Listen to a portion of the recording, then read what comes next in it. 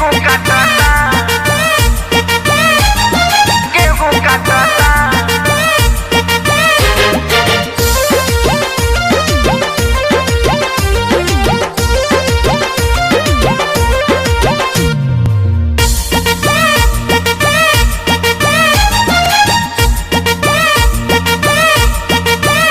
गेहूं झड़ता खेत में सड़ता,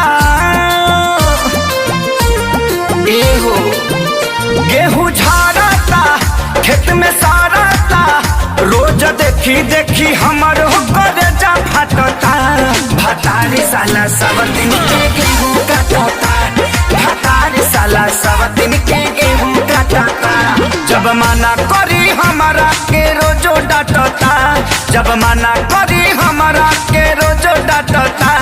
भतारी साला सब दिन के गेहूं काटता, भतारी साला सब दिन के गेहूं काटता।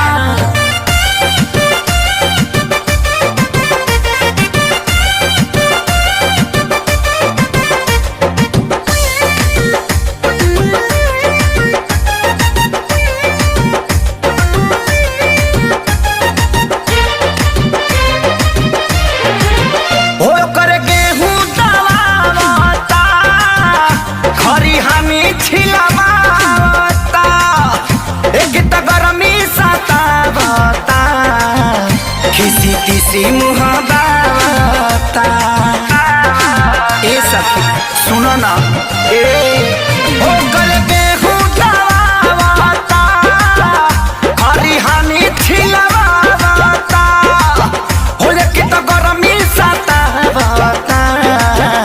किसी किसी मुहावता दुखवा साही हो कैसे कही हो, भइल कुकुर के रहन जूठे पतल चाटता।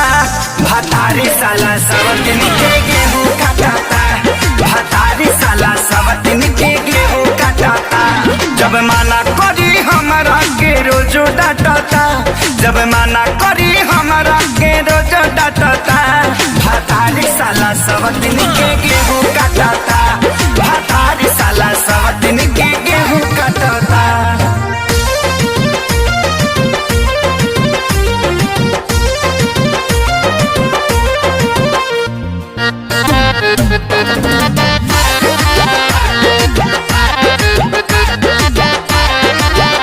मेरा मर्द खेसारी हो, निकले मुहवा से गारी हो, समझे हाथी के गेहूं तो अब कटा गइल सारी हो, सारी हो।